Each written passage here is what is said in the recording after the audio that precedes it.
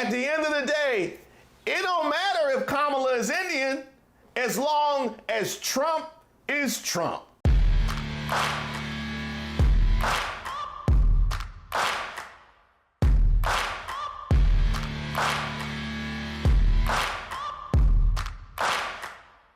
Welcome to a very special edition of Races of the Week. This is where we expose the stupidity and hypocrisy of discrimination in hopes we can build a more perfect union.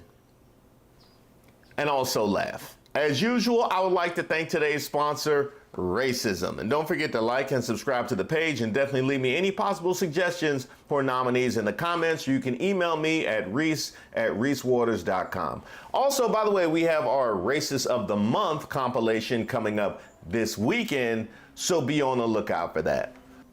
Today's nominee, MAGA.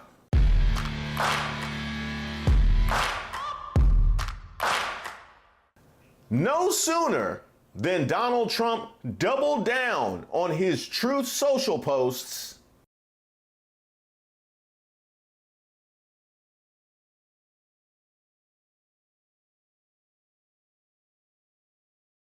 this time at the NABJ convention. Well, I can say, no, I think it's maybe a little bit different. So I've known her a long time indirectly, not directly very much.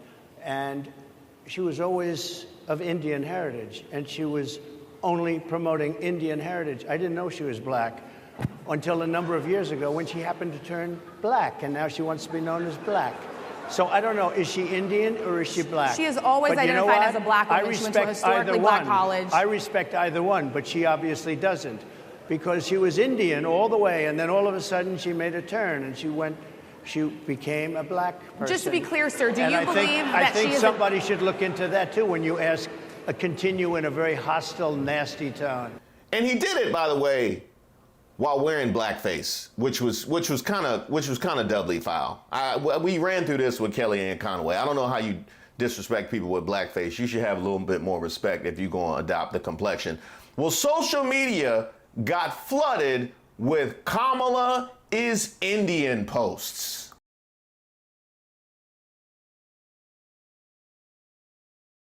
Now, this has been happening for the last few days, but now it was on.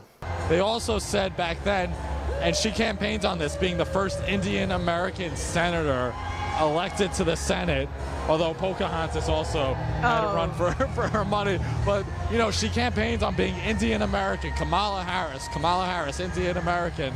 Now all of a sudden, she did a 180. She really is elevating and pushing her black side. I think it's like 25% maybe. They was all jacked up on Mountain Dew. I had a Diet Mountain Dew yesterday and one today. I'm sure they're going to call that racist too. But now I would call her up here to come and speak, that then I think I'd have to sleep on the couch tonight. So I think my man Roy Wood Jr. said it best when he asked, "We now know Kamala's brave story. When did the rest of you turn black? How old were you? Where were you when the blackness finally took over your body? Share your stories. This is a safe place. Hashtag when I turned black." You know, I think it was when I turned 9. We did field day in our elementary school, and we were in the middle of the relay race, and I pulled up because my gout started acting up. Whenever it was definitely before I started prep school, because I knew immediately that food had no seasoning. Turning black. And you know what? I get it, because Trump is used to people turning on him, like his entire senior staff from 2020, and his hotels, and his marriages. Somebody tell him that Trump University is closed. You are not in admissions trying to decide if somebody qualifies for the Harriet Tubman Scholarship. In other words, who is you? Let's address the condescension it takes to try and determine somebody else's blackness as a white guy. Oh yeah, we want to know if Kamala Harris is really black, so we talked to 3 unvaccinated Trump supporters at a Wendy's in Toms River. That's exactly how my timeline looked. What about the Trump flag on your 2012 Ford Fiesta qualifies you to examine somebody else's heritage. Once I pass 8 Twitter burner accounts, then now I can lord over black people, and I tell them where exactly they should go and what boxes they could check. I am a strong woman, a mom, a lawyer, and an American.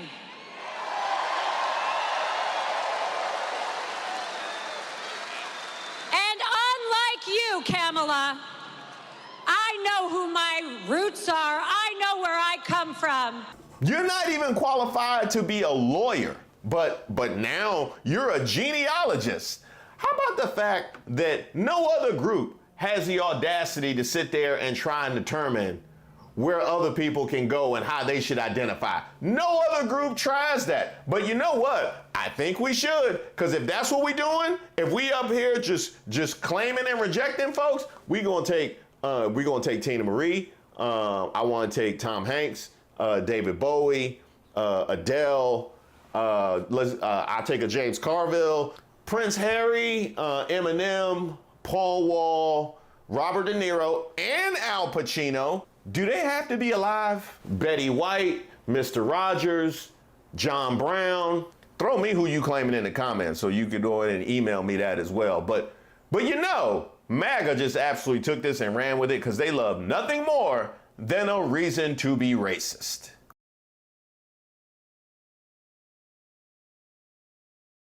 Oh, Kamala took a picture with her family. She's Indian. Well, apparently, so is J.D. Vance. And he is definitely not going to like that because he felt the need to apologize for his Indian wife. Look, I love my wife so much. I love her because she's who she is. Obviously, she's not a white person, and we've been attacked by some white supremacists over that. But I love Usha. She's such a good mom. Also, does Nikki Haley know she's Indian? Oh, I'm sorry, Nimrata. But y'all not challenging that. You know who definitely knows is Vivek Ramaswamy. Me too. Thanks for having me. That was a fantastic opening monologue. I too am a fan of yours. I'm going to make a point of disagreeing with you so that it will be fun. You are so bright and articulate, and I guess I can call you articulate since you're not an American black. Can't say that about them. That's derogatory. And that was a great opening segment. Lots of things to talk about there. Oh, and I agreed with many, many things you said during, in fact, probably more than most other candidates when you were running for president. But I still would not have voted for you because you're an Indian.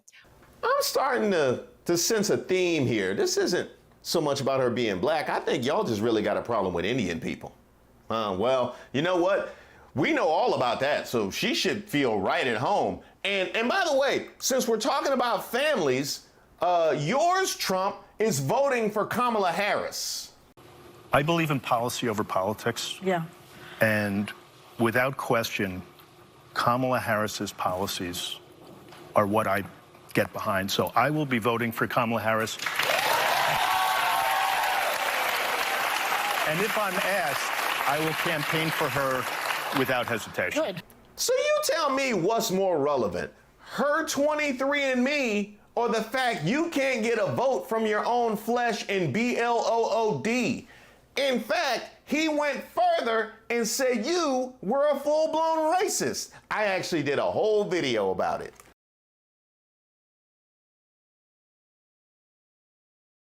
So what we have is a party that has taken the word of a man whose own family won't vote for him and says that he is racist and running with it in order to deconstruct how his opponent identifies herself. I'm trying to figure out, you challenging her blackness. Are you black? You know who embraced it more than anybody else? The black population. It's incredible. You see black people walking around with my mugshot. You know, they do shirts. Oh, you know what? That's right. That's right. You got charges. That's right. That you got charges. That makes you more black than somebody with a Jamaican dad who went to a HBCU and pledged the Divine Nine. Uh-oh. Here come the troll.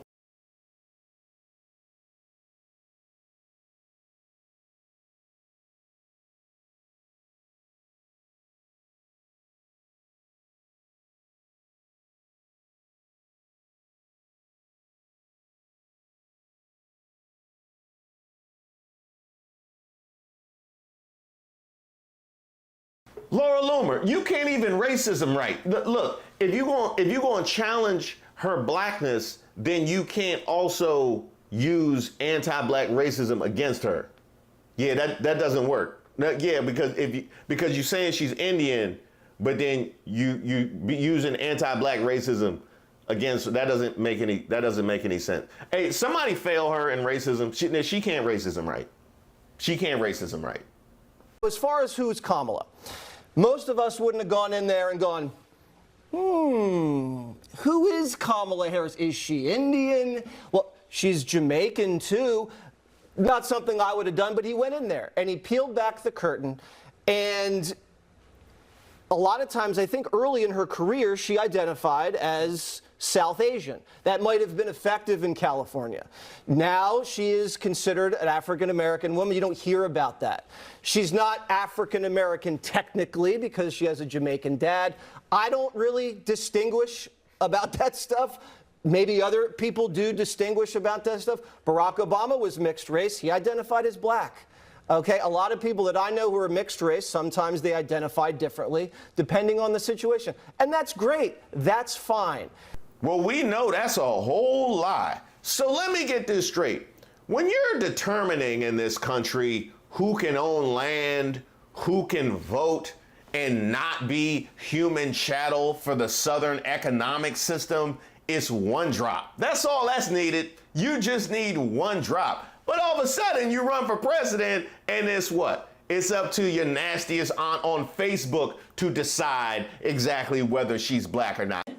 Stayed up in there in the mucky swamp. Diane always has them in the mucky swamp. Yeah. That is convenient, because when she applies for a job, she's black. When she applies for a loan, she's black. When she walks into a party, she's black. But when she runs for president, then we all get to decide. Oh, sorry, not we all, you all.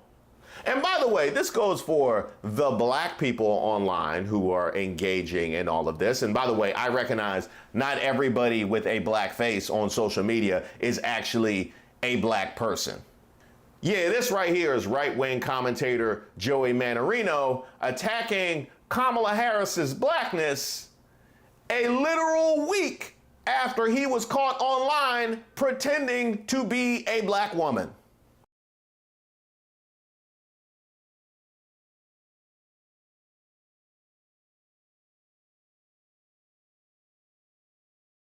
You can't make this stuff up. I guess he thought he was in his black woman account. He thought he could speak freely in his black woman account. Look, those people are definitely out there, but for those actual black people who are on Al Green's internet talking about, well, she ain't black, she ain't FBA, she ain't FBA. Who's your FBA candidate? I'm trying to figure out who your FBA, because we have so many black or black adjacent possibilities. I'm trying to figure out who your FBA candidate is since we're having this conversation. You act like it was just a litany of potential black choices. We always have a whole Crayola box of black possibilities when it comes to who could be president, and we were supposed to pick the brown and we picked the caramel. Yeah, we were supposed to pick the brown. We messed that up. Now next time we pick the brown. Now here's a question, MAGA. What does Kamala Harris being Indian get you?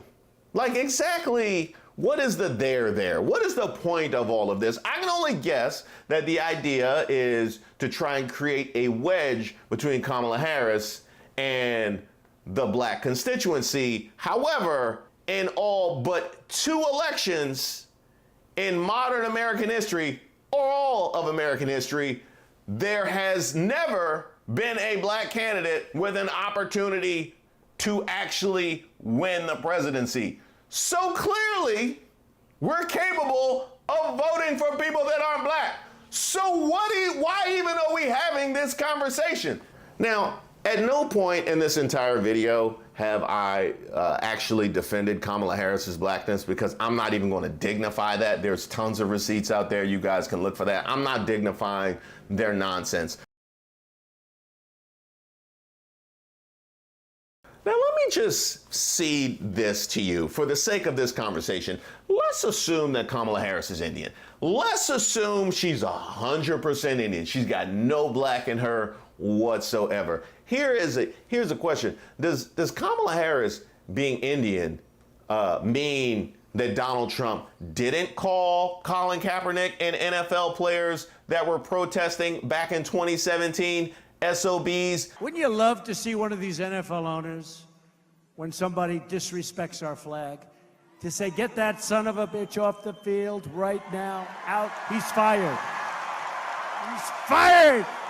Does Kamala Harris being Indian mean that Trump in the summer of 2020 didn't repeat the Southern strategy dog whistle of law and order, playing to white fears of black crime? Does Kamala Harris being Indian mean that Donald Trump didn't call for the execution of the Central Park Five? And by the way, doubled down on that several times when he's had an opportunity to clean that up. Does Kamala Harris being Indian mean that he didn't claim in Charlottesville that they were very fine people on both sides? Does Kamala Harris being Indian mean that the U.S. Department of Justice didn't have to settle with him for violating the Fair Housing Act, where he was discriminating against renters of color? Does Kamala Harris being Indian mean that Donald Trump didn't have all of the black casino workers removed from the floor when he walked in, according to Kip Brown? Does Kamala Harris being Indian mean that Trump didn't say that black guys counting my money, I hate it, the only kind of people I want counting my money are short guys that wear yarmulkes every day? I think the guy is lazy, and it's probably not his fault because laziness is a trait in blacks. He later said in a 1997 Playboy interview that the stuff that was written about me is probably true. Does Kamala Harris being Indian mean that didn't happen? Does Kamala Harris being Indian mean that he didn't drop an N on a potential apprentice winner who happened to be a black man? Does Kamala Harris being Indian mean that he didn't resort to birtherism when Obama was running for president? Does Kamala Harris being Indian mean that Trump didn't in 2017 claim that people who came to the U.S. from Haiti all have AIDS, or in 2018 say, why are we having all these people come from S-hole countries? At the end of the day, it don't matter if Kamala is Indian as long as Trump is Trump. Donald Trump blew it, and the happiest person in the country tonight is Kamala Harris. Because she's sitting there cackling, look at this, look at Trump. He's just alienated millions of black voters who aren't going to really get what happened there. Well, Caitlin, my first reaction was, this is the reaction of a desperate and scared old man. It was very obvious to me watching him and just what I've seen over the last week while she's been, across the country just kicking his butt, that he's afraid. He's probably afraid to debate her. He's certainly afraid to lose an election to her in November, and he's afraid about his own future. So I'm not surprised to see it, and I understand, what he's up against. I mean, he's up against an experienced prosecutor, somebody who served as a DA and an attorney general in the Senate, and now the vice president very successfully. You damn right, Mark Kelly. And by the way, this really has tinges of something that we've heard before, something I've actually mentioned before back when Obama was running. So let me get this straight. We have two black people that have an opportunity to win the presidency, and the first time they claim that he's ineligible because of his birth certificate. He wasn't born in the country. And the second time they want to deconstruct her blackness. Yeah, this ain't nothing but birtherism 2.0. But the saddest part about it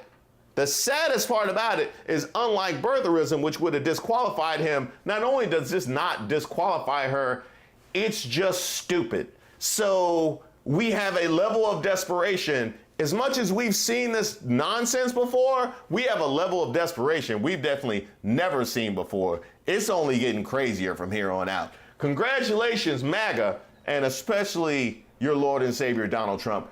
You are our racist of the week.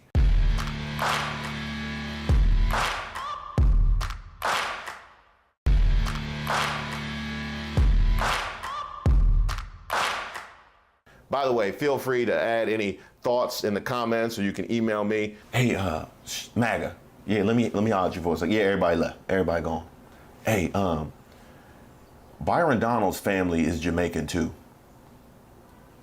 Can y'all challenge his blackness?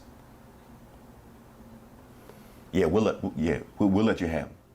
Sincere thanks to everybody who's reached out to me and submitted suggestions for videos. Keep them coming.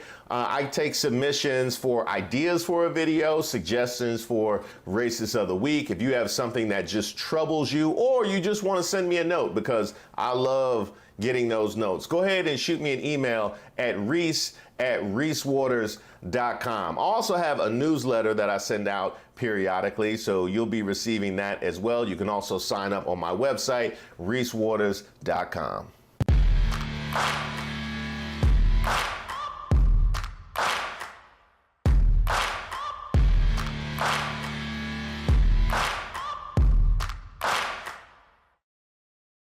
Well, I entered this debate many hours ago. Rambling man, I like that. I entered this debate many hours ago saying I felt like I was on a team, I was on a favorite, and we going into the big game. And I felt like we have everything is working in my favor. We just have to not mess it up. And I was nervous. I was very nervous before it started. I was even more nervous when Kamala first spoke, because it was clear that she was nervous when she first spoke. I mean, the comment that I gave at the time was smile, because just for me as a performer myself, something about the act of smiling relaxes me, reminds me that this is not life or death, reminds me to enjoy this process, whatever it is that I happen to be doing, as tense as it may be. I was extremely nervous when Kamala first started speaking. And it was a tough first maybe 10 minutes. It was rough. It was a rough about 10 minutes. I don't know how long it was. I'd be curious to go back and watch exactly how long it was. But when she baited him, which I had full confidence that she could do, because Biden even baited him. Think about that. Biden baited him. That terrible Biden performance, even he baited him. Okay? Donald Trump winning the debate with Biden was like the Boston Celtics winning the NBA title. They didn't play nobody. That don't mean y'all are good. That don't mean y'all are good. Just because you standing there and you won a trophy, that don't mean y'all are good. Okay? Trump was mid to bootleg during that debate with Biden. He got triggered during that debate. He got triggered by a comatose man. So if you get triggered by a comatose man, when they tell you beforehand, don't get triggered. Like when they tell you all you have to do is just calm down and don't get triggered, and you still get triggered by a comatose man, it's easy. That's why Kamala always makes the point about foreign leaders being able to manipulate him. He's so easy to manipulate. Did you see when he was up at the rally after the Obamas had savaged him at the DNC, and he even openly admitted that his handlers have said you need to calm down and don't do personal attacks, and he couldn't help himself. He just couldn't. He even admitted, they told me not to, but he can't help himself. He can't help himself. So if that's how he was after like 24 hours to try and calm himself down, there's no way he can help himself in person. So I have full confidence that Kamala was going to be able to bait him and trigger him. And boy, when she did it, oh man, boy, when she baited him, and there's so much ground. There's just so much ground. She had so much stuff that she left on the table, and that's where my frustration with the time comes in, right? That's where my frustration with the amount of time that they spoke comes in, because Trump left so many openings that Kamala could have exploited. She talks about how he's considered a disgrace and he's laughed at on the world stage. And the person he brings up is Viktor Orban from Hungary. Yeah, because Hungary is really the country that we've been thirsting for their respect. Not to mention the fact that, wait a minute, I'm sorry, did you just bring up a dictator? I'm sorry. The man who's trying to run as far away from possible from being a dictator, is that who you brought up? You have his respect. Not only a dictator of Hungary. You couldn't have even brought up Putin or Kim Jong-un. We know how much you love them. You don't got no quotes for that from them. But I'm like, that's such a layup for Kamala, but they didn't go back to her. For her to be able to say that. The 2025 stuff. Oh, I so badly wanted to be like, look, this assistant is in the videos. This assistant is in the videos. This executive is in the videos. This cabinet member is on the board. JD Vance wrote the forward. Like what? Like why? Why are we playing this game? Like, give it up. This is as bad. You talking about how you don't know what 2025 is as bad as the Stormy Daniels lies. Like, why are you insulting our intelligence? Not to mention the fact that it's really immaterial. You can say you've never heard of it, but if your entire administration is involved in its construction, it's going to happen. So it's not even, you saying you've never heard of it is immaterial. Are you going to fire everybody who was revealed had something to do with it? No. So they all going in administration. So what are we talking? But she didn't have time to say that. The fact that he talked about, oh, you don't fire anybody. You know, I fired all these people and this, that, and the other thing. You mean the people you hired? You mean the people you hired? Where they do that at?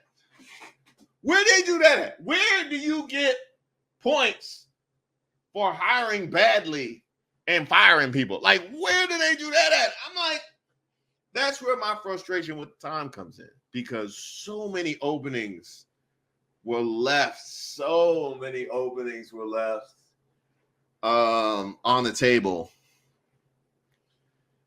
The black jobs thing.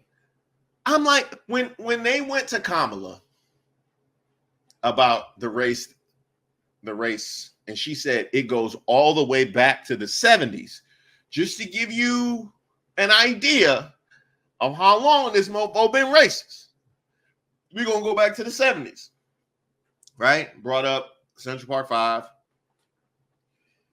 Trump's response, well, they got to go back 50 years because, you know, they can't bring up blah, blah. If you would have went to Kamala after that, you said the black jobs thing tonight. She could have exploded that, but they did again. They didn't go back to her. So that's where my frustration with the muted mics comes in. Now, the counter argument is, if they would have been more aggressive with the muted mics and been more fair with the talking time, Trump's performance would have been better.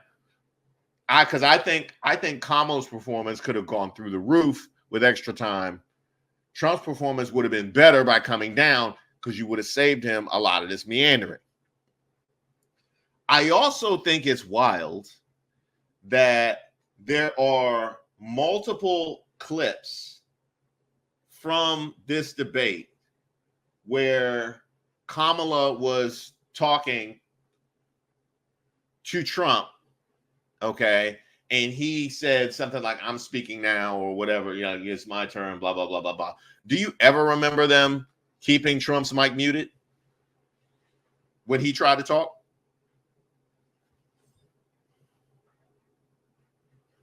Do you ever remember them keeping Trump's mic muted when he tried to talk?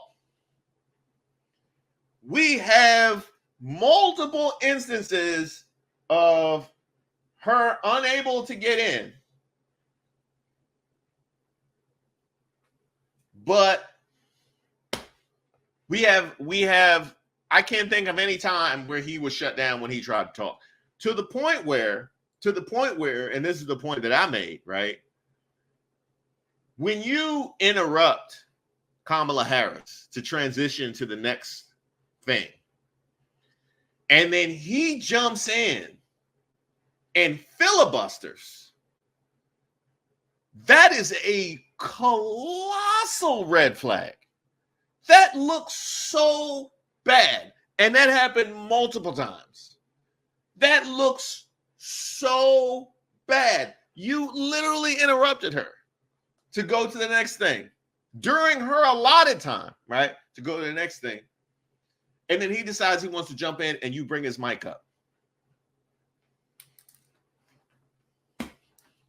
Now, unless we're going to, again, unless we're going to have it revealed coming up that that he was lined up by the people at ABC because they knew that he had a little thing under his nose and he was going to be wilding out.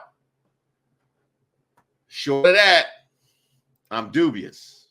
Oh, Eric said he literally offered no policies. When he said, I have a concept of one, bro, the whole right wing been talking about how she don't have no policies, no specifics. And this dude actually said, I have a concept of one. That whole line of rhetoric should have been dead and buried, but they didn't go to her. I mean, what was said, but still, you know, they all think they're going to do another debate. I mean, I think another debate won't help him. It would only help her. The more time that she has to hit some of the very easy and available targets that ABC did not give her the time to hit today, it's not going to help him. So, you know, I don't know. I am curious. Should I watch Fox News to see what they? I'm not going to watch. I'm not going to watch it. I'm not going to watch it. Because I'm like expecting them to be honest. Like, why would I do that? Why would I do that? Oh, wait a minute. Oh, that was embarrassing. You know what? I apologize. I apologize for that. I just embarrassed myself. Okay. First, a little bit of backstory. So last night, my wife and I were talking because I was on Instagram and I saw a meme about people going at Taylor Swift. And I was like, oh, people really, really mad at Taylor Swift. And she was like, what happened? And I was explaining to her the whole thing, like the whole situation. And she was like, yeah, but Taylor, she'll say something like eventually. And I was like, I don't know. I mean, this seemed to be the time. Like, she definitely could have said something, like, you know. So that's the backstory. And then you fast forward to a few minutes ago, or rather like 60 seconds ago, when Agma had posted in the chat Ogma posted in the chat, Taylor Swift just dropped her endorsement for Harris. And your boy saw it and just said, "Oh!" And I'll never be able to have that moment back. I'll never be able to have that moment back. I wanted to explain to you the level of shame that I'm feeling right now, because I didn't mean to react like that. I didn't mean to react like that to Taylor Swift endorsing Kamala Harris, because it's not that meaningful to me. But I reacted that way because we had that conversation. That's all. I reacted that way because we had the conversation. But that's embarrassing. That's embarrassing that I just did that. You know, my daughter is actually a very big Taylor Swift fan. She really likes Shake It Off. And one day she's going to be watching my work. And soon as they was Daddy a Taylor Swift fan, and Mom is going to be like, "I'll tell you, as long as you watch how he reacted when she endorsed Kamala Harris." Oh! And then that's going to be there for everybody. Thank you guys so much for watching the video, and especially those of you that have liked and subscribed to the page. Did y'all know I had a website? I know, it's so kind of old-fashioned these days. Yes, I have a website, reesewaters.com. There you'll find my most recent work, but also my past work if you want to know a little bit more about me. You'll also find a portal where you could sign up for my newsletter. You could also sign up by sending me an email at reese@reesewaters.com. You could also send me any suggestions for ideas, something I need to take a look at, or you just want to say hello. And by the way, if you go to the website now, you'll find a little something special. That's right, we got merch. There's mugs there, there's t-shirts there, there's hats there, repping street politics, troubled waters, and of course, Racist of the Week. Where would we be without Racist of the Week? I don't know that I would have any content. Oh, it's up from here. I know what you're thinking.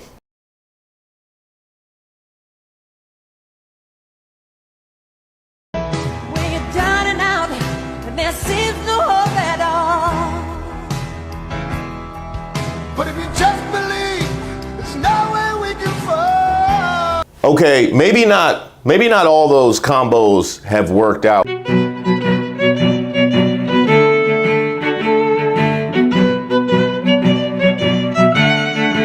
Hi, welcome to Street Politics. My name is Reese Waters. Don't forget to like the video and subscribe to the page.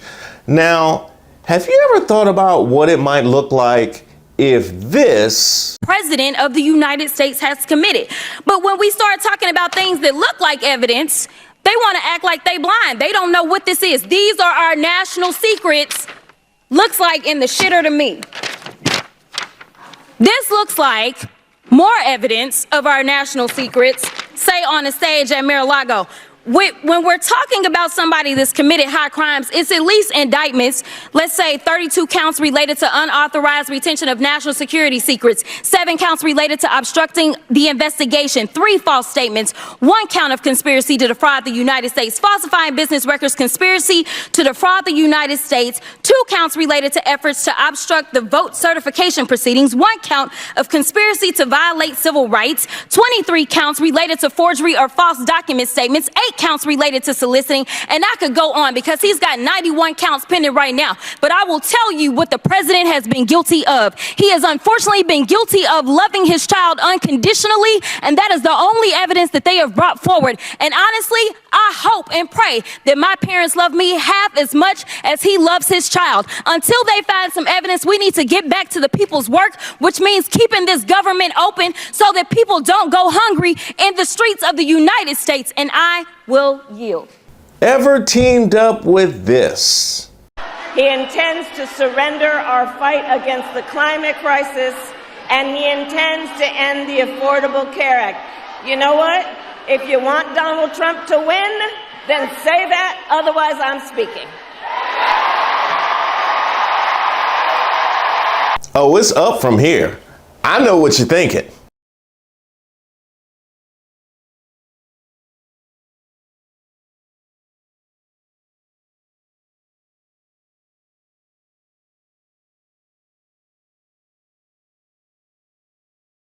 When you're down and out, and there seems no hope at all. But if you just believe, there's nowhere we can fall. Okay, maybe not all those combos have worked out well, but I am hopeful as Congresswoman Jasmine Crockett has been named the co-chair of the Harris-Walz campaign. And one thing it definitely speaks to is the changing face of the Democratic Party.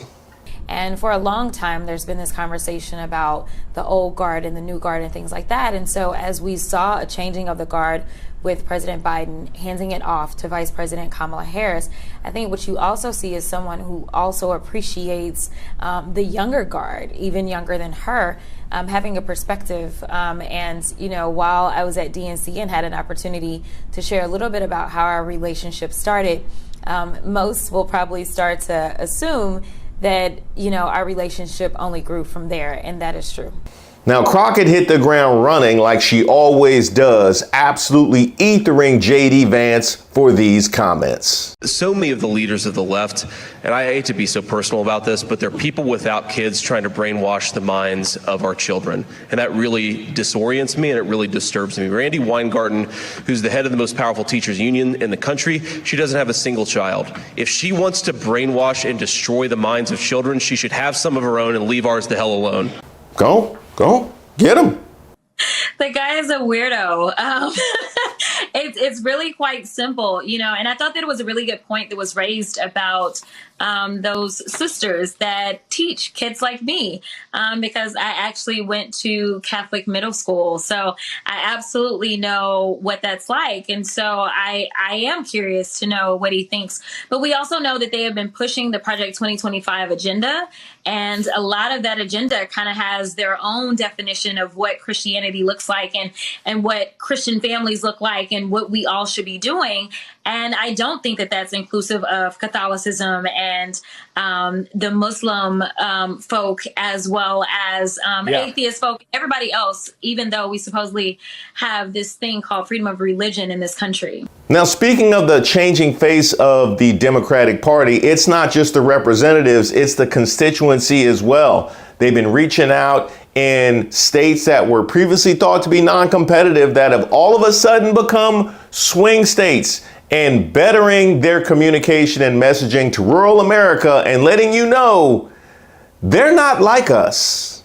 But here's the reality. We are just not having the conversations with rural America that we should be having, because we do have an agenda that is actually about bettering their lives. When we look at the broadband access that's been brought to rural America, that was brought by Democrats in the House and the Senate and a Democratic administration. That means better access to healthcare. That means better access to jobs. That means better access to education. A lot of times, as someone who lived in East Texas, I know that we are limited to whichever plant is set up in that community. And if that plant closes, then that potentially decimates all of your economic opportunities. Yeah, so first of all, they've got to go and talk to everyone and meet them exactly where they are. You know, a lot of times people want the people to come to them. One of the things that I've done is I've gone out to the concerts and I've gotten on stages with these large crowds where they're definitely not looking to hear from a politician, and been able to deliver a message. And so what we're experiencing now is that just this week, they are out in Georgia, but they're not just in Atlanta. They are going to rural Georgia. And I think that that's one of the things that we really have to dig into. If we're going to lose rural America, we need to at least stop the bleeding a little bit. But the reality is that our policies are better for rural America. Take, for example, here in Texas, we know that in rural Texas, we've got hospitals that are shutting down.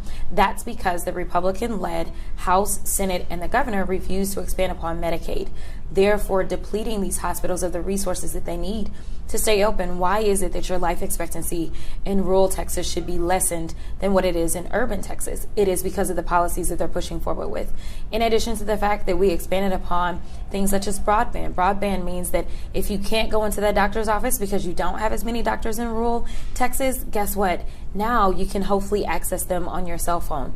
Or, you know, I lived in East Texas, so I know what it's like, where you're relying upon, say, the international plant or international paper plant, or you're relying upon the chicken plant and things like that. And every time there's a threat, or the tire plant, a threat to shut one of those down, it literally can decimate the economy. But with us expanding upon broadband, and this was something that Democrats did, this now means that you can too work from home, and things such as the Farm Bill. So we have an actual message.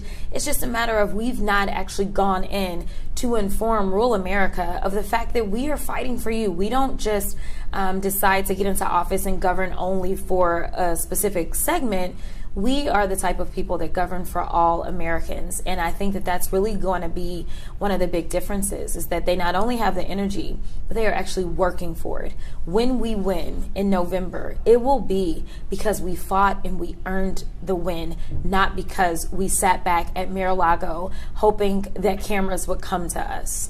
And being from Texas, she had to address the actions by Texas Attorney General Ken Paxton and Governor Greg Abbott, and how that projects forward. The only regret will be that I didn't give it my all. Everyone that I talk to, I tell them we've got to run through the tape. We can't take anything for granted. We can't look at these polls and get excited. We can't look at how many people are showing up to the rallies and get excited, because ultimately the only poll that matters is the poll on election day. And so I don't want people to get comfortable. I don't want them to feel as if we have this in the bag, because it's far from over. And we know that the forces that are working against us are strong and in full force. We know in states like Texas, they're trying to kick people off of the rolls. In fact, they are kicking people off the rolls. They're now going in and they are perpetrating raids on elderly women that are simply just trying to do their part for democracy. We are facing some really ugly and negative forces that are doing everything that they can to hold on to power. And so for me, if I laid back and, as Tim Wall says, goes to sleep, he says we can sleep when we dead. I tell people I'm the walking dead right now because I'm not getting sleep, but it's just that important. I actually just did a video all about this. Early morning raids and utter confusion left even abuelitas standing on the sidewalks in their pajamas. So now a prominent Latino advocacy group is accusing the Texas Attorney General of voter intimidation and calling on the DOJ to do something about it. AG Ken Paxton's office executed a series of raids on the homes of Democratic leaders and activists, most of them Latino, in what he describes an ongoing probe into voter fraud. But here's the backstory in case you're not very familiar with Paxton. He's been an outspoken election denier and has also been accused of a wide range of misconduct, narrowly dodging an impeachment and even a criminal trial. As opposed to honestly trying to attract voters, you engage in voter intimidation and voter suppression. Is there a bigger red flag to your platform than that? You have just ceded there is no way anybody with an operable brain would look at our platform and say, yeah, that's the way I want to go, so I'm just going to make sure that they can't vote. The link will be in the description. One of the criticisms that I myself level at visible members of the other side of the aisle is they do it for the clout. You think that's appropriate? Do the American people deserve to be abused like that, Mr. Fauci? Because you're not doctor. You're Mr. Fauci in my few minutes. No, I don't need your answer. I want to talk about this right here. Mr. Chairman, Fauci, objection. Objection. I reclaim my time. I reclaim my time, Mr. Raskin. Gentlelady will suspend. Mr. Chairman, point of order. Just in terms of the rules of decorum, are we allowed to deny that a doctor is a doctor just because we don't want him to be a doctor? Yes, because in my time, that man does not deserve to have a license. As a matter of fact, it should be revoked, and he belongs in prison. Will suspend. The gentlelady should recognize the doctor as a doctor. And that's only supported by the fundraising numbers of the wildest MAGA members on Capitol Hill. And if you were wondering just exactly what Jasmine Crockett is doing for her district. But it's been an honor because, listen, this district has been in great hands for so long. The one thing that I didn't want to do was let her down, but I also didn't want to let the district down. They trusted her when she said, this is my pick. And I wanted to make sure that they understood that even as she was leaving Congress, that she was still doing everything that she could to be in service to Texas 30. So we've been able to bring a historic amount of money to the district. Now, I have to be perfectly honest and tell you that if it wasn't for the Biden-Harris administration and the democratically controlled House and Senate in the 116th Congress, then I wouldn't have been able to pull down on these dollars. But working very closely with all of my city elected officials, my mayors, the city councils, working with our county government, I'm just really blessed that I actually have some of the best elected officials on the face of the planet, because what they do is they reach out. Because as most know, I spent a lot of time in DC and now I spend a lot of time on the road. But I can't know what it is that they really need if they're not communicating. So we have great working relationships that's allowed us to do things such as pull down money from the Inflation Reduction Act that would start to right some of the wrongs as it relates to environmental injustice issues, which our district has been the target of for so long, whether we're talking about clean air, clean water, or if we're talking about clean soil. I believe that the people in my district should not have their life expectancy cut short because different corporations have decided that we would be a dumping grounds. And this administration has invested a historic amount of money in doing that. And with our regional administrator Nance, we've been able to pull down on those dollars as well as try to move into the future.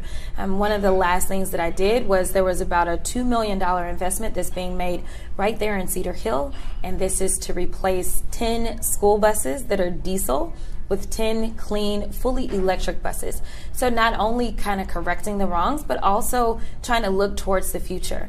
Reconnecting communities is another amazing thing that we were able to do in a historic fashion. We ended up with $80 million. The vast majority of that $80 million came directly to Texas 30, and no other district got any of that money. That came from Department of Transportation. This, again, is looking at wrongs that have been done historically to Black and brown communities. And so with highways that were set up in decimated communities, we're now reconnecting communities.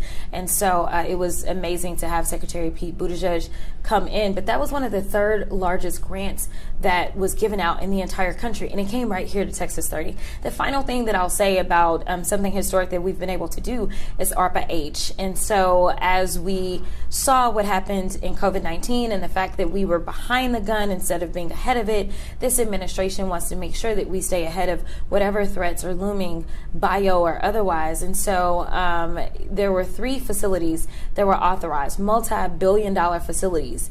2 of those facilities went into blue states. The third one came not only to Texas, but it came to Texas 30, and it is the Customer Experience Hub. This means that as we are doing trials, they will be more diverse because we're bringing the trials to the diverse space instead of always kind of putting the trials wherever and hoping diversity will show up. So it's amazing. Now, that's one of those things that will fly under the radar because it will take years before people truly understand the impact. But I felt like it was really important. We're talking about more jobs, and we're also talking about a little bit more access to healthcare in the form of hopefully participating in some trials. Now, if there is anybody in Washington we can trust to properly address what happened at Arlington Cemetery, is Jasmine Crockett. I did my part. All I do is I stood there and I said, if you'd like to have a picture, we can have a picture. If somebody did it, this was a setup by the people in the administration that, oh, Trump is coming to Arlington, that looks so bad for us. Bullshit. Straight up bullshit. The man who doesn't respect women, he doesn't respect black people, he doesn't respect Latinos, he doesn't respect journalists, he don't respect doctors, he don't respect scientists, he don't respect the disabled, he don't respect children, he don't respect diplomats, he don't respect football players, he don't even respect his own hair. He insulted everybody in that room. And I said, somebody should run against John McCain, who has been, you know, in my opinion, not so hot. And I supported him. I supported him for president. I raised $1 million for him. It's a lot of money. I supported him. He lost. He let us down. But, you know, he lost. So I never liked him as much after that, because I don't like losers. But Frank, let me get to it. He hit me. He's not a war hero. He's a war hero. He's a war hero. 5.5 years. He's a war hero because he was captured. I like people that weren't captured, okay? I hate to tell you. Do you agree with that? I need to know why any of y'all expected this man to respect the military. He don't respect nothing. That's why we voting blue.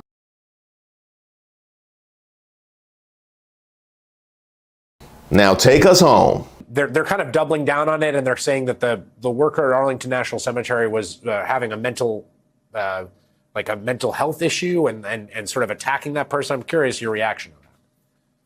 I mean, it's the same old games with these guys, you know, like they don't abide by norms. They don't abide by the law. And honestly, anyone that tries to enforce any rules upon them, they literally just steamroll them and they act as if they were all right.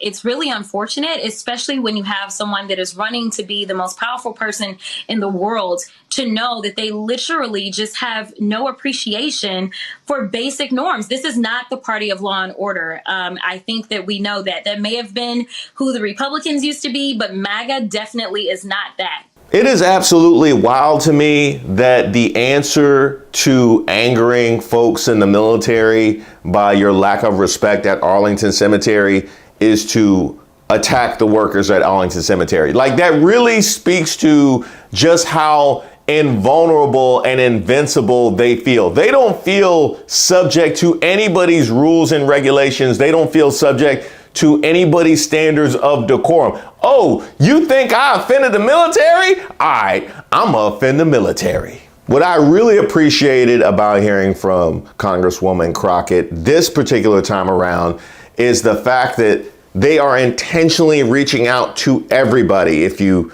heard any of the lives that I've done, especially, or some of the videos I've done going back months, I have lamented the fact that the messaging on the left side of the aisle has been failing to communicate to these people just how not for you they are. And they're actually trying to close that gap. And if it's anybody you could trust with messaging, it's Jasmine Crockett.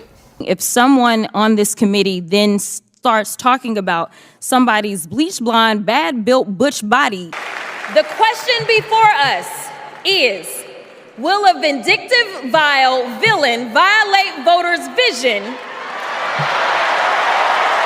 This is exactly what they needed.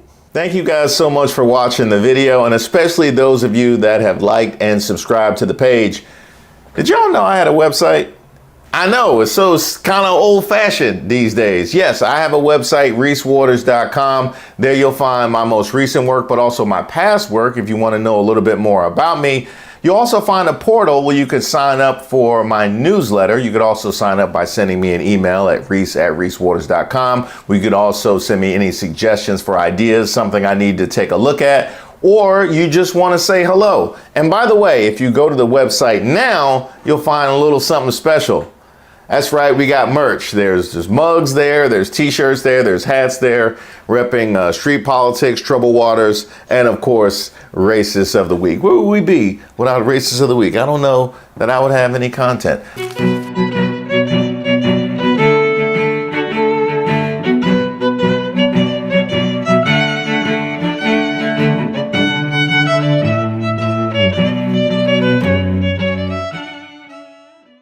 He can go and cower in a corner, or he can show up and be lit on fire. Either way, I'm good.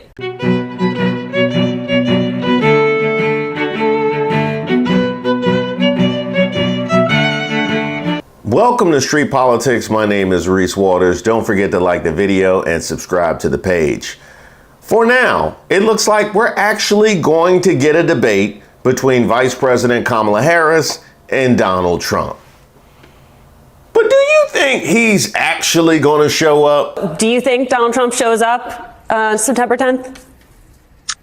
No, but if he does show up, he is about to get his butt handed to him. So I'm here for it either way.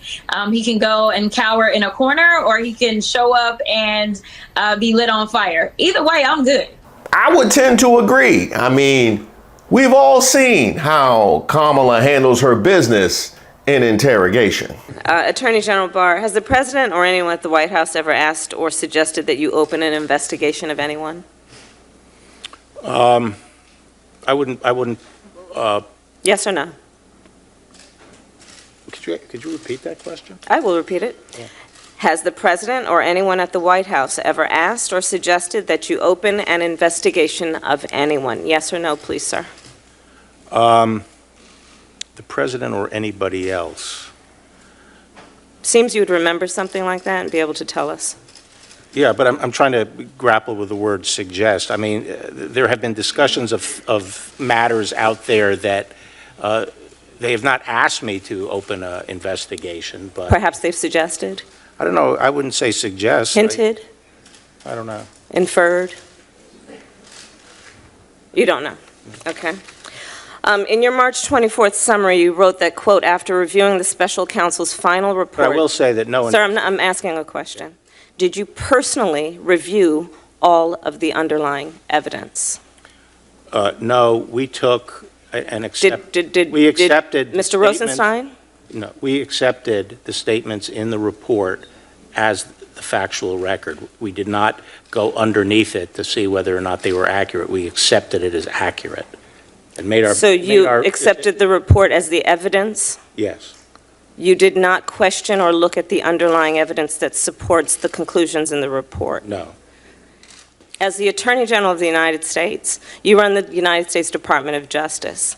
If in any U.S. Attorney's office around the country, the head of that office, when being asked to make a critical decision about, in this case, the person who holds the highest office in the land, and whether or not that person committed a crime, would you accept them recommending a charging decision to you if they had not reviewed the evidence? Well, that's a question for Bob Mueller. He's the U.S. Attorney. He's the one who presents the report. But it was you who made the charging decision, sir. What- You made the decision not to charge the president. No, in a Pross memo and in a declination memo. You said it was your baby. What did you mean by that?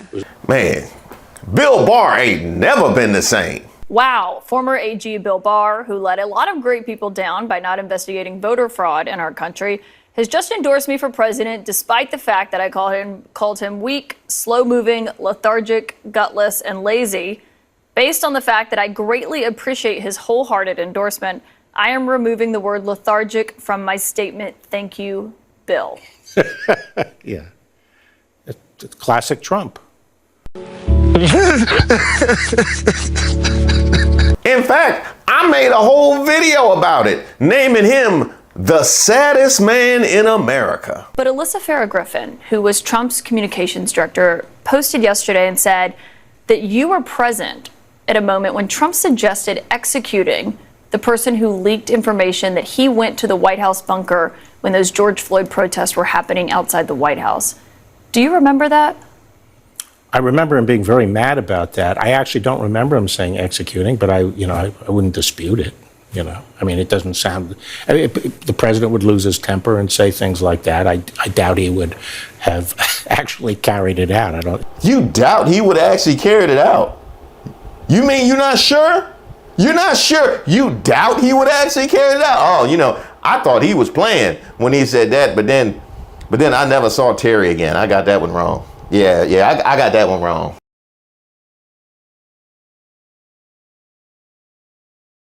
And we've also seen how Trump handles being interrogated.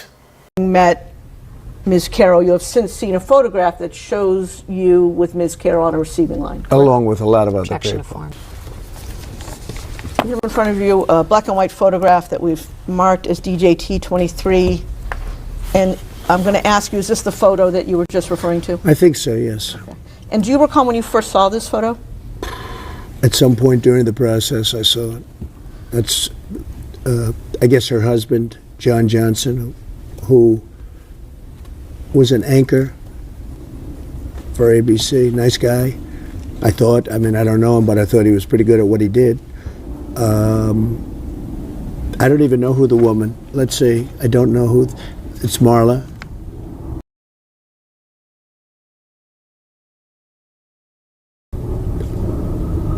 You say Marla's in this photo? That's Marla. Yeah, that's my wife. Which woman are you pointing to? No. Here.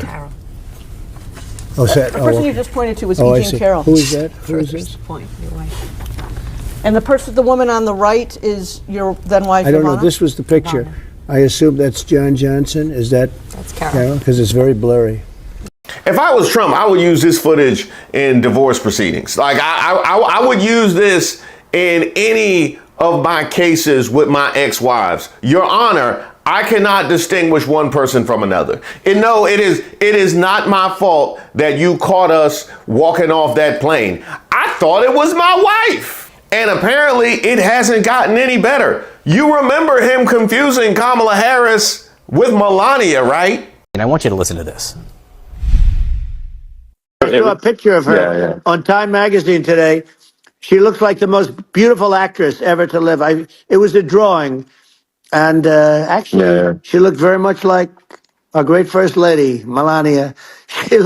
She didn't look like Camilla. That's right. But of course, she's a beautiful woman. So we'll leave it at that, right?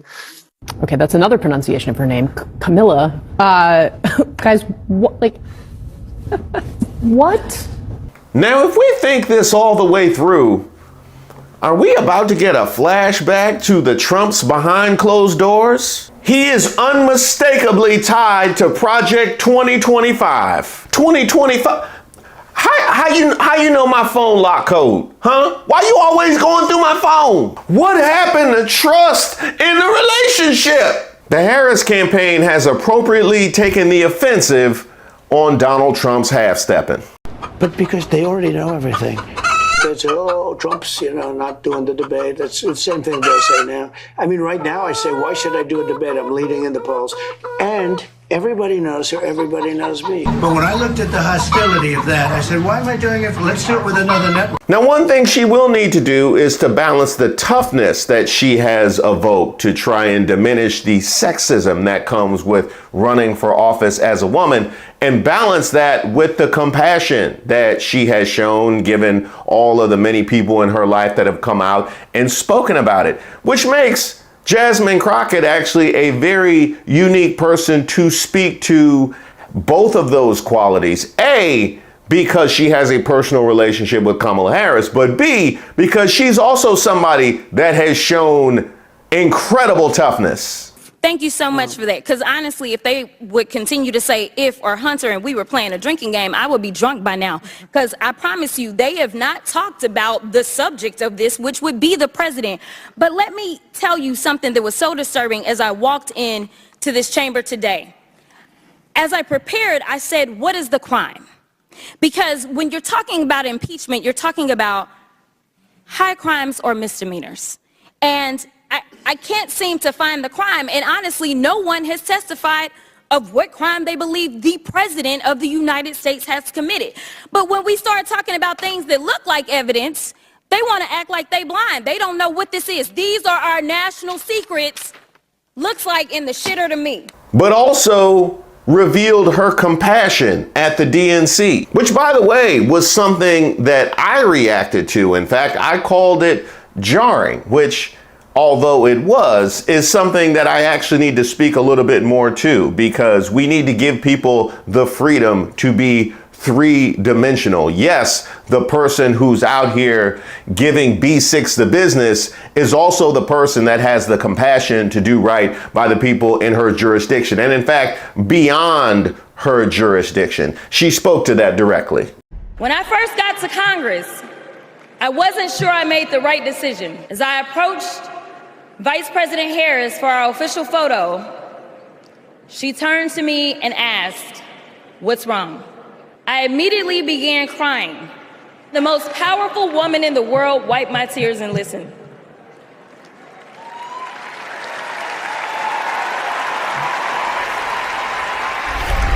Let's bring in Democratic Congresswoman Jasmine Crockett of Texas. Claire and Mara are also back with us. Congresswoman, good to see you. That moment from your speech where you talked about the authenticity and the humanity of Kamala Harris. You said she's the only candidate in this race capable of empathy. How do you help voters understand something that Doug Emhoff said in his speech, which is her empathy is her strength? Yeah, I think that I am kind of the outward expression of that, right? Because she doesn't just use it to guide her when it comes to the the legislative results that she's seeking, she also uses it to empower others. I truly was like a fish out of water when I first got to Congress, and I really had more questions than answers. And, you know, when people talk to me about that speech, they're like, we saw a side of you that we've never seen. Most people had not seen that side of me. And it was the side of me that actually had questions and was doubtful. But I can tell you without any question or any uncertainty that she has had that type of empathetic leadership that has empowered so many other leaders beyond just myself. I would also add, as Black women, I, for one, need to be a little bit more mindful of the ways in which we discuss them, because we all know of that angry Black woman trope, which completely obscures the massive well of compassion that is needed to be a Black woman in today's society without making you want to holler. Now, for me, anytime we can get Donald Trump talking, quite frankly, is a good thing, which tells you everything you need to know about the man the GOP has chosen to stand behind. Congresswoman, veteran political reporter Jonathan Martin this week said of your GOP colleagues on the Hill, quote, let's be brutally honest. If you took a survey of the Republican conference on Capitol Hill and said, would you prefer Trump to play golf for the rest of the campaign and let his campaign drive the message, or have Donald Trump do events, we all know which they'd prefer. Is he right? Absolutely. Let him go play golf. Every time he opens his mouth, you know, the truth comes out, and the truth is not a pretty thing. The truth is tied to the agenda of Project 2025. The truth is tied to his history as it relates to discriminating against people of color when it came to housing, or when it came down to how he wanted the Central Park 5 hung. The truth only hurts him. So, yeah, they want him to shut up and allow them to kind of continue on so that they can continue to deceive people into believing that these two candidates both have something wonderful to offer this country, when we know that there's only one candidate that is qualified and only one candidate that is interested in moving our country forward instead of moving us back to the Jim Crow era of the 1950s and 60s. Just imagine that. One of our major political parties has elected to back a man that is a liability every time he opens his mouth. In fact, the only reason why they might even show up to the debate is because they got nothing to lose, because it's a hole in that bucket of campaign support. Also, shout out to Jasmine Crockett, who always gets it right for that Shirley Chisholm picture behind her, repping the first African-American woman in Congress in 1968, and the first woman and African-American to seek the nomination for president from one of our two major political parties. Now, I'm going to get back to the question that I opened with. Do y'all think Trump actually shows up? I can tell you this. I don't blame Donald Trump for not wanting to debate Kamala. I've been married to a Black woman for 40 years, and I ain't won one debate. I'm owing $93,000. I won't believe it till I see it. I won't believe it until the first question is asked of Donald Trump. I won't believe it till the first commercial break. I won't believe it until the closing credits. I won't believe it until the 10-minute fact check that CNN runs on Trump 3 hours after the debate is over. Getting Trump talking might be the only thing that can set our mentally trapped brothers and sisters free. I just got off the phone with my boy Quan. He said he voted for Trump because Trump gave him that $1,200 stimulus check. I looked it up. It was 4 years ago. That's 1,600 days. $1,200. That's 75 cents a day for just 75 cents a day. Trump bought your vote.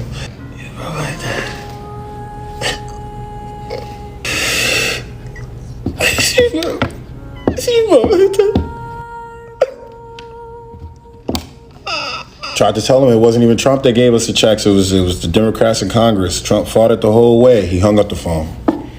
Called me back. He said, if you trying to convince me not to vote for Trump, it didn't work. You know what else don't work? You still on that 75 cents a day. Black man, I want you to be released from the hold that 75 cents has. Speak with me, hold my hand. You didn't even get the whole 1,200. You got 600 of that. What did you do with that $600, Quan? That it was so memorable. You can't even feed the whole congregation with $600. You can't feed the whole church with $600. How many lemon pepper wings you get with $600? 300, maybe. Sister Bessie's eating half of those. Sister Bessie is eating half of those lemon pepper wings, Quan. I tried to tell him, I said, Kamala Harris is going for a middle class tax cut. That means you wouldn't have to pay as much in taxes.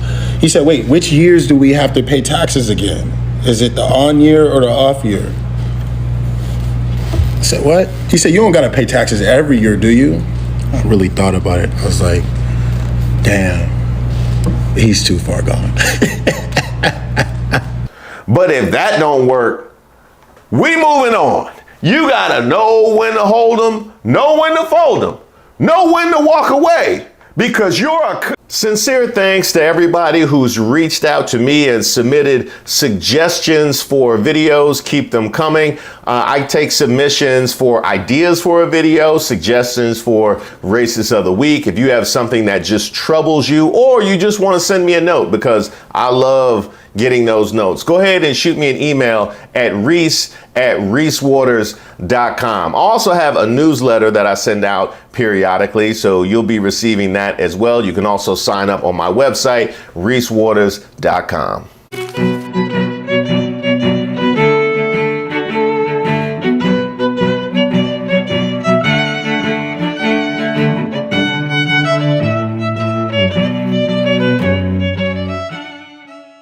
If this is the kind of thing that you stumble on just because you happen to sit down and open up a conversation with an employee of color, how much more of this has been going on?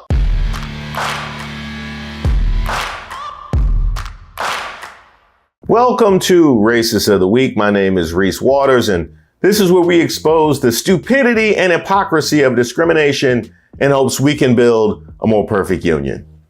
And also, laugh. As usual, I would like to thank today's sponsor, Racism. And don't forget to like and subscribe to the page, and definitely leave me any possible suggestions for nominees in the comments. Now, those of you that have been following my account for a while, we used to be very heavily in the social justice space before we got more squarely into politics. And the reason for that was because after so much frustration of seeing the same stories over and over again, I thought it was fit to maybe adjust some of the systemic issues head on and the people responsible for those that were enabling this behavior on the street.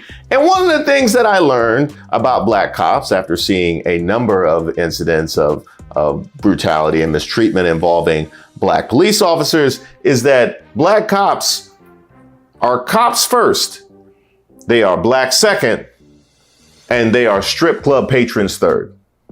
Oh yeah, y'all seen it.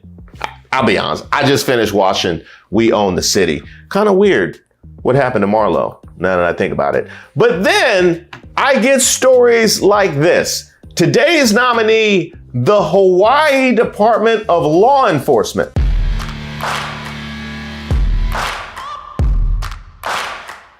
Now, the Hawaii Department of Law Enforcement is currently embroiled in a serious investigation into allegations of racial harassment within its own ranks, targeting a black officer, Martin Horton.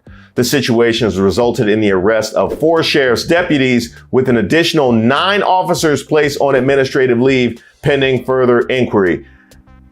You realize how bad racism has to be for anybody to be arrested for it, but especially for police to be arrested for it. How bad does racism have to be where you start arresting police? They don't even arrest police for loss of life. That's how bad this racism has to be. I would have guessed that maybe this is going on in some foreign country where they take this kind of thing seriously. But last I checked, Hawaii's still in America, right? Yeah, we still claim them. Yeah, we still claim them. That is wild. Now, the accusations detail a pattern of discriminatory behavior directed at Horton, a 56-year-old black officer undergoing training.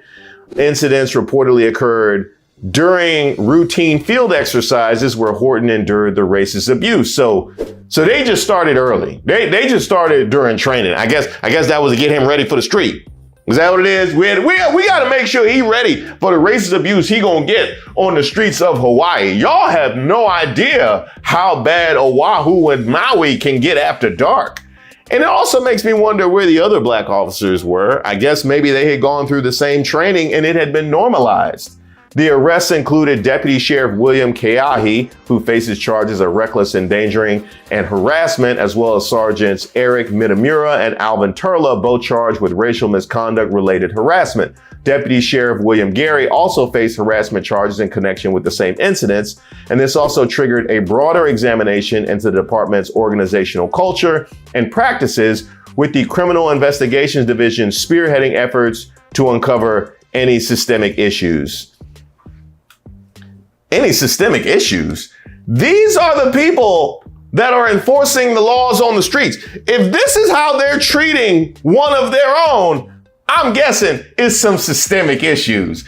And wait a minute, was there a whistleblower who came forward who caught wind of this and said this is definitely wrong? No, it wasn't. He had to do it himself. I'm guessing there are some systemic issues. And you know what? If I was black in Hawaii, I would challenge all my tickets right now. Yeah, I would challenge my tickets. I would challenge my record. I would challenge everything. Now, Horton has accused Turla, his supervisor, amongst other things, of making a sexual comment about his lips, not once, but at least twice. See, I told you they'd be at the strip club. See, I told you they'd be. I wasn't speaking out of my thong. I know from what I speak.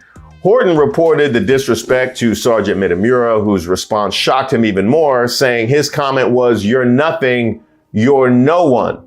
Now, Martin Horton, who bravely brought these issues to light, recounted enduring a series of degrading remarks and offensive treatment from colleagues ever since he started his tenure with the department. His complaints range from racial comments to instances where he was given orders that endangered his safety. Like, for instance, Keahi, who was assigned to the airport division, allegedly put Horton's life at risk by ordering the man to rush into traffic at Daniel K. Inouye International Airport to stop a moving vehicle while on foot, which, by the way, violated safety policies. So he ordered him to violate safety policies by rushing into traffic to stop a moving vehicle while on foot. By the way, no non-black trainees ever received any orders, anything like this. And you have to think about what's going through Horton's head when he gets an order that he knows endangers his safety, but he doesn't want to be insubordinate, but he has a sneaking suspicion this is probably having to do with race because they led with comments about fried chicken and about his lips. I forgot about the fried chicken thing, but that kind of goes without saying when they're making racial comments. Think about the math that you have to very quickly do in your head before thrusting yourself in a potentially life-threatening scenario.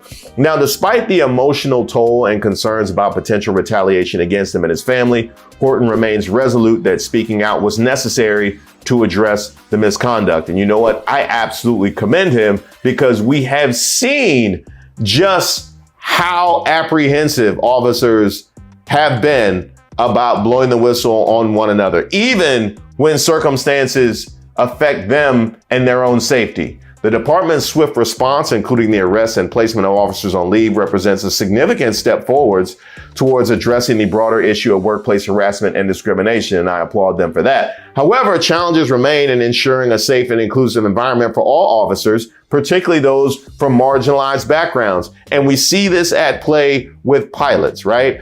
Where pilots was once an all-white bastion. It was once an all-white profession. And all of a sudden they opened it up because they wanted to diversify things. But all of a sudden the people who enter those ranks endure all kinds of abuse. They tell other people, you know what, it's really not an enjoyable experience. I appreciate being somebody that's achieved something, but there's many other ways that you can achieve things without having to endure this abuse. So it remains largely very white, including the idea that when we do have minorities that infiltrate those ranks, they have suspicion cast upon them about their qualifications. We have seen this with the explosion of allegations of DEI. Now, here's where we get good insight into our condition. Now, Horton, a disabled Navy veteran from Alabama, he's lived in Hawaii for 3 decades.